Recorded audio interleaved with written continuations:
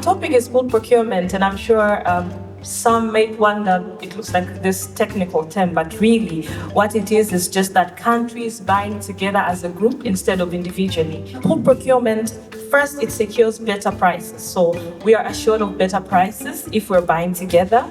But also we have quality and secure supply, and that comes and speaks to our title where we want health sovereignty. As Africa SADC, ever since the African Union member states mandated us to set up and operationalize the African Pooled Procurement.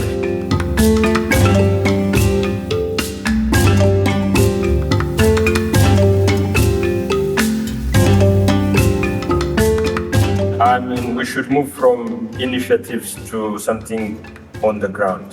When doing so, we should not defeat the very purpose of PPM. If we're gonna have PPMs of the exact same products everywhere, then what's the purpose of, do we call it PPM? No.